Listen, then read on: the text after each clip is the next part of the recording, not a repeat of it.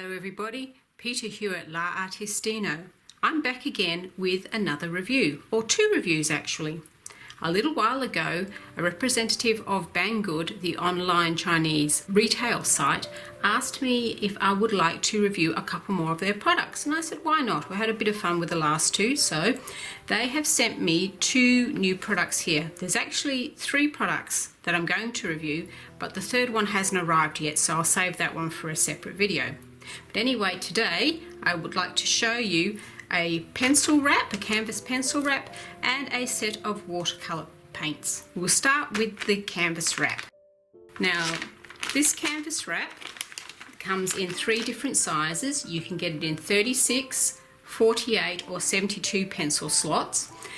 The 36 one retails in Australia for $6.86, the 48 for $8.27 and the 72 for $11.78. Now those are in Australian dollars. If you like to see the price with your currency, well then I will leave the links below. If you go onto the site and then you put in your nationality, and the prices that come up will be in your own currency.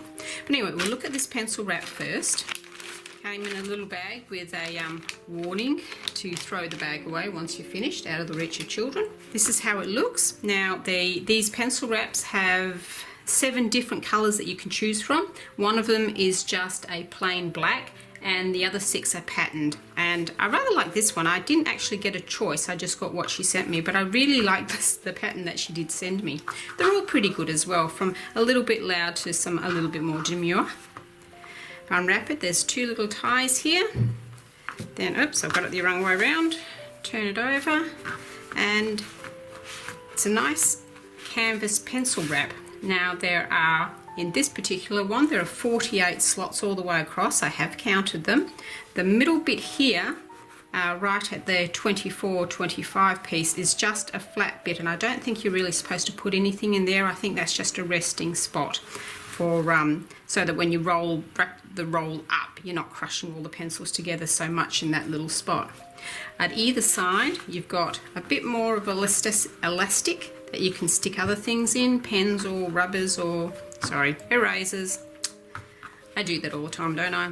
And there's another piece up here at the top, and then when you've got all your pencils stored, you just roll it up like so. Wrap these little ties around it, and then I think for me I just poke them down through the middle like that. Now this feels to me to be a very sturdy, well-made pencil wrap. In fact, it's probably the sturdiest pencil wrap I've ever seen. The stitching is very good. The canvas feels nice and tough. Everything feels like it's solid. And I do like these rope ties as well. They feel very secure in there as well. They don't feel like they're about to come out. So let's put this thing to the test. I happen to have a set of 48 pencils that I can store in it. In fact, I'm planning to store in it. And that is this pack of Faber-Castell 48 Gold Faber pencils. I was very lucky a couple of weeks ago. My husband got a good tax return and he bought these for me with a bit of the spare money that we had. So these, by the way, retail in Australia at Officeworks for about $80 for the 48. So I was very fortunate. I felt really happy to get this set of pencils. I have used them actually. Wait a second. I've coloured something in and I can show you, so just in case you're curious, a little sideline here. This is how these pencils turn out. I've coloured this picture here in Die Welt unter der Lupe Zolande. Oh, I hope I did pronounce that properly. It's in German. I really enjoyed these pencils. But that's for another video. Back onto track, we are looking at this pencil wrap. So I'm going to take all my pencils out here. They come in 2 trays and I'm going to put them in this wrap. I might speed through this. This might be a bit boring. Okay. There's number 1. I'll stick him there. It's a good size hole actually. You could fit. There's still room to wriggle in there. I reckon you could probably, like, it's not tight. You know, you get these pencil wraps sometimes and the elastic's really tight. Well, these are sort of a standard size. They're about the size of a Crayola, I think. these little holes could take pencils slightly thicker, so I reckon you could get the polychromos in them all right. I'll test that for you, but we'll put these in first.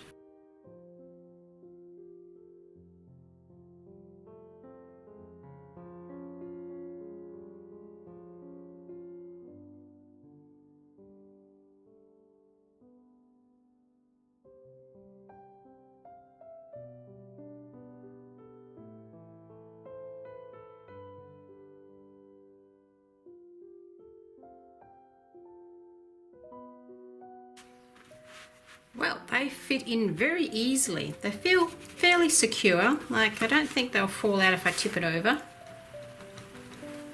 Nope, nothing's going to fall out there, so you don't have to worry about pencils sliding out when they're in the wrap and losing pencils, you know, while you're carrying them around.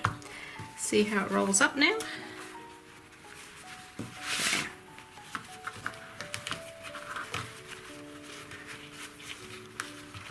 Make sure everything's nice and straight.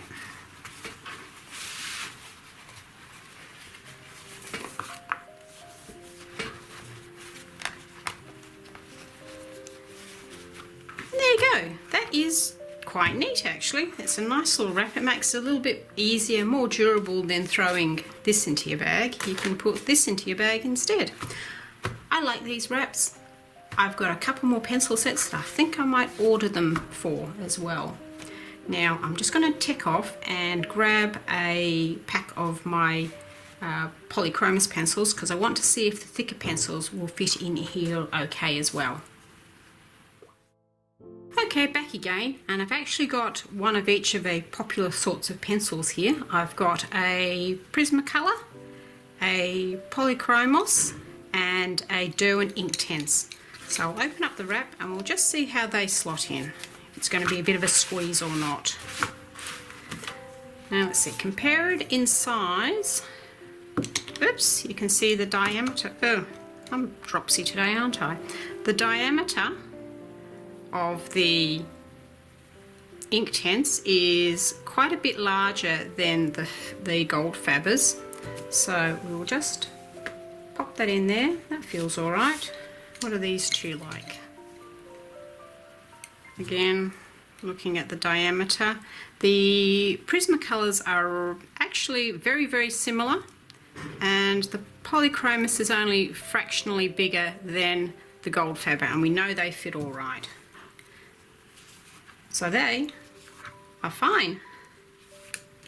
So these Inktense, they're slightly bigger, but I don't think there's going to be an issue. Hang on, I'll just bring over my Inktense and we'll try a few more in there. Okay, here's 5 more. So if I take those out, I'll put these in. 2. Just seeing if there's too much bunching. And it doesn't look like there is actually. I think the Inktense will be just fine in there. They'll be a little bit small, a little bit tighter than the gold fabbers or the Polychromos or the Prismacolor, but I think you could still do it. So I'll take those out. Well, I am very happy with this pencil wrap. And hello plane, there's a plane going across, I can hear his engines. And I am quite happy to recommend this very nice pencil wrap for anybody who's looking for another way to store their pencils, which makes them more portable. Okay, put all these back. 2, I'm missing one. No, there it is. Right. That looks great actually. I'm really happy with that. I think I'm going to order another one of these in the 72 because I have another set of pencils that could need a better home than the tin that they're currently in. Right, pop that all together. And now we're going to move on to the watercolour paints. Now we're going to have a look at the Bianyo 30 colour watercolour set. This retails on the Banggood site for $35.13 Australian today. Again, you'll have to go and check yourself what in your own currency how much this paint set will cost. Now, it arrives in a very fancy looking box. we'll open it up. It's got a, looks like a magnetic seal. So you pull it open like that. You've got a colour chart which lists all the colours. By the looks of it, you have got, it looks like 24 colours and 6 metallic colours. Oh, we'll see what they turn out like. Now, also included in the box, you have a pack of watercolour paper, 8 pieces. So turn it over, open the envelope, and you've got, which looks like, yep, 8 pieces of, I don't know, it's either rough or cold press. I think that might be cold press watercolour paper. Good, we can use that to test our paints out. There we go, let's stick that back in there.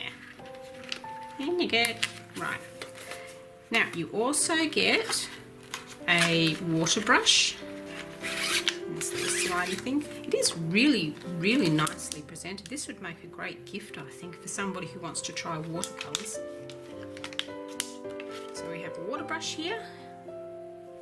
And that looks like, oops, looks like a nice sharp tip that looks like a, I would say, small size compared to the other water brushes that I use. And it's just a straight, Now, I think the trick with this, it's actually, it turns the opposite way to what you would normally think. So if you're used to screwing things towards you, you screw away from you to open it up. So we'll fill that with water in a minute. Actually, I'll leave that undone. We'll fill it with water in a minute. Now the cap comes off and, oh, good. This I like. You can actually push the cap onto the back so you don't lose it. There's some watercolor brushes you buy that you can't put the cap on the back, and if you lose it, well then you haven't got any protection for these, the brush tip when you're not using it. Put that back on there. I'll leave that apart so we can fill it in a sec. Okay, and then of course you have the paints themselves. I like that. It's got a little ribbon pull at the bottom, so if you have problems getting it out, you can just lift the ribbon to tilt it up so you can pick it out. I'll just put this very nice sturdy box to one side and we'll see what's inside the box. It's a little bit dusty. Now it's a metal box, fairly sturdy, with a matte black enamel and the Bianyo emblem on the side here. Now, comes apart easily. It's not a hinged box, so this comes off altogether, which is good actually, because when you're mixing paints you can hold it to one side and use this part to mix it in. Now, one thing I have noticed though is that the inside of it's a little bit, I don't know if it's, I don't think it's scratched. I think it's some dirt particles in it, a little bit of few little scuff marks that look like they'll just wipe off. Maybe if you're giving this as a gift, you'll want to take it out and wash the inside of the lid first just to clean it up a little bit. Or maybe it just happens to be this one. It won't affect it. I think if I give it a good wash, that'll get rid of all that. It'll be fine. Okay, now you have the paints themselves. Now, the aroma is that new plastic smell, slightly, you know, sort of like production line sort of smell. It's not particularly bad or gross, it just smells like something that's new and plasticky. And I'm sure that will dissipate after using them for a while. You've also got, comes with a size 2 brush. That looks like it comes to a fairly good tip, but we'll test that brush out as well. And you've got the paints themselves, and they are seated in a, let's see if I can pick it out. It's just a plastic tray which can be lifted out. It's not bad, it's fairly thick plastic. It's not as flimsy as some other plastic trays that you see. And you've got all these bright colours, and it looks like they're colours that have been extruded from a machine like toothpaste and perhaps cut up and then slotted into the different little compartments here to make the 30 colours. There's your 6 metallic colours. That's supposed to be gold. It's a funny looking gold, but anyway, we'll try it out. Now, I think what we might do, whoops, I'm going to stick that one back in, is get some water. I just happen to have my 2 pots of water that I use for watercolour. I have two because you use one to rinse out your brush, one to clean your brush up, so that when you dunk it back into your paint, you're not putting dirty water in your paint. Little watercolouring tip just there. Always have two pots, one for your dirty water, one for your clean. Open those up. This is my clean water. I know it's clean because I've just filled it. So I will fill the water brush up, and the way I do that is by, well, there's two ways you can do it. You can either syringe it in or put it in with an eyedropper or a pipette, or you can just hold it upside down, squish the barrel, so you're squishing the air out, stick the nozzle in the water and then release the barrel and let the suction draw the water up into the barrel. Turn it up the right way again, squeeze the barrel, turn it over, stick it back into the water and release the barrel. Now it's full. Now remember to turn it, to put it back on, turn it, if you're holding the brush tip in your left hand, then you rotate with your right hand towards you, or if you're doing it that way, it's away from you. So if you're finding difficulty opening it, just twist it the other way. You're probably twisting it the wrong way.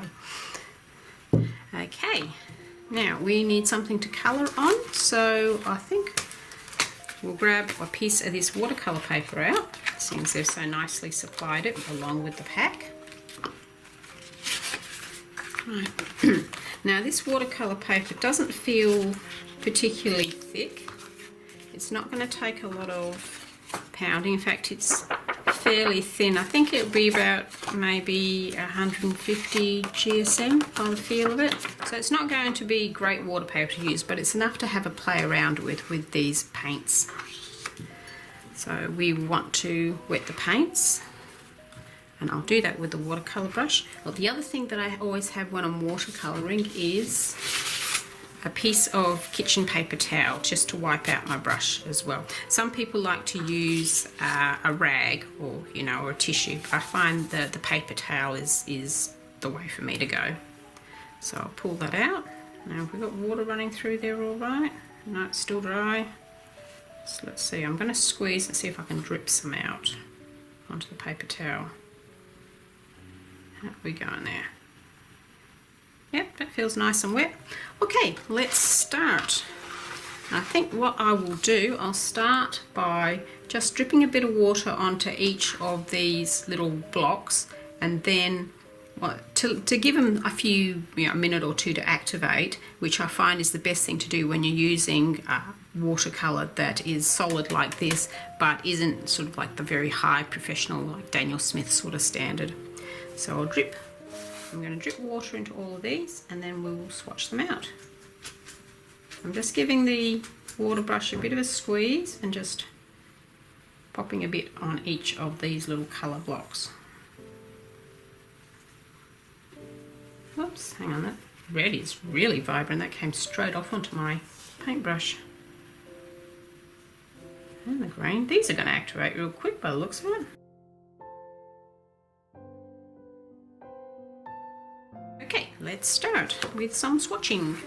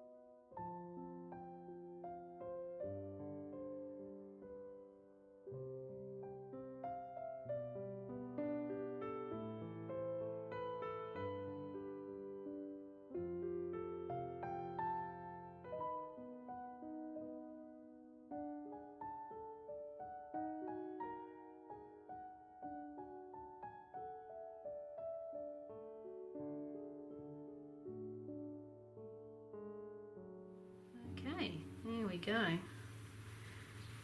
That's not bad. Let's see how it compares to the colour chart that we have over here. Now I've managed to actually make a mirror image palette when compared to the palette that's in the lid of the box. So the corresponding colours, they're not very similar. These in fact look a whole lot brighter than the print here in the box. They're around about the same colours. I can see how they can match up. There's nothing that stands out to be particularly wrong, but these are a whole lot more brighter than how they appear here. They're sort of like the ones here where the chrome has been really turned up to the max. They are very, very bright colours. Okay, so my final thoughts on this. Well, before I do that, I just want to test these water brushes, the other one as well, to see how good the point is. So I'll just use the bottom of this watercolour piece of paper that we've been using, and I'll pick up a little bit more of the, let's see, which paint shall I use? I'll go for this green. Pick up a little bit more of this green. I'll just see if we can get a nice thin line. I'm not unhappy with this brush, by the way. It seems to provide a consistent amount of water. I'm not getting any big blobs of water suddenly coming out of it like you can do with some cheap brushes. Can we get a nice little line? Oh, look at that. We can. And thick. And it springs back pretty well, actually. No, I like this water brush. I'm quite happy to keep using it. Nice. Okay, so this one passes my test. How about this little brush that they also include?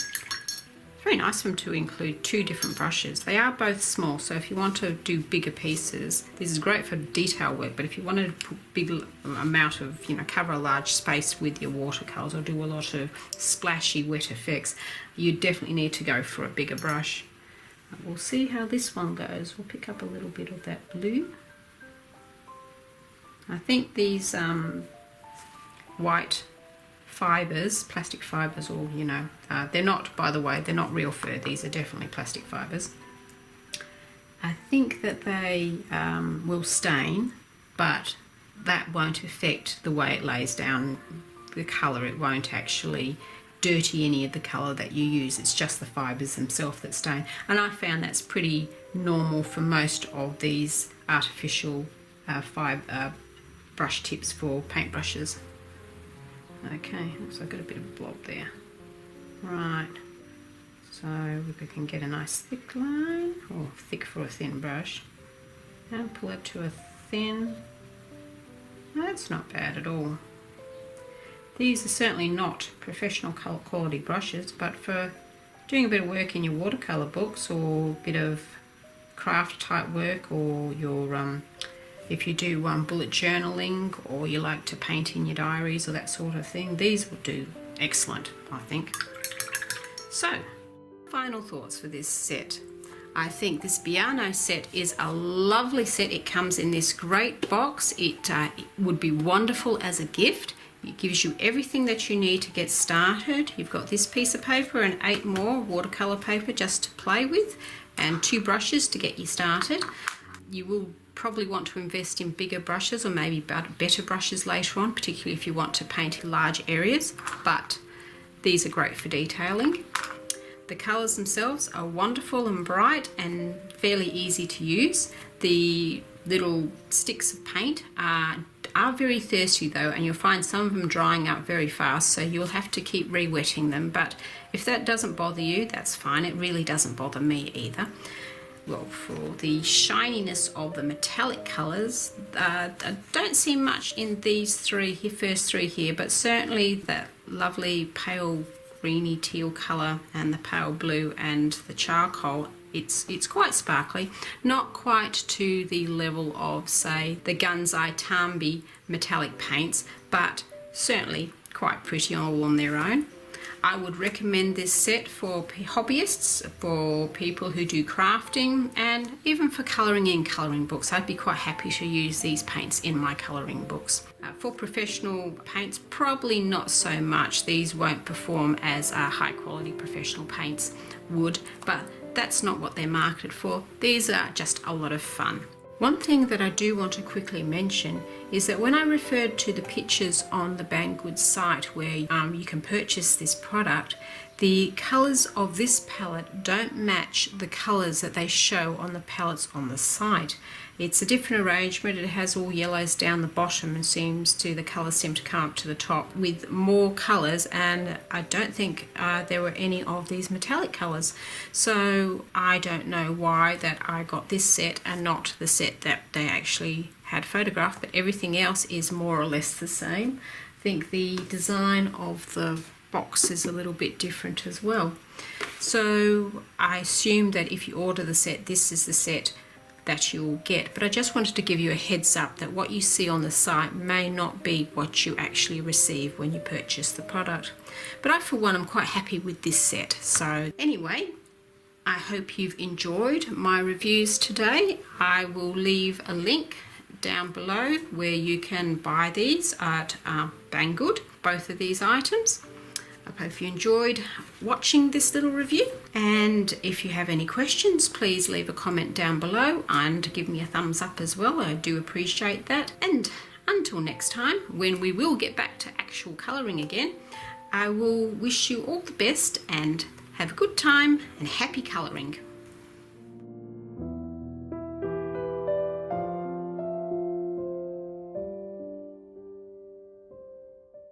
I hope you're enjoying any colouring adventures that you are currently on, and until next time, happy colouring!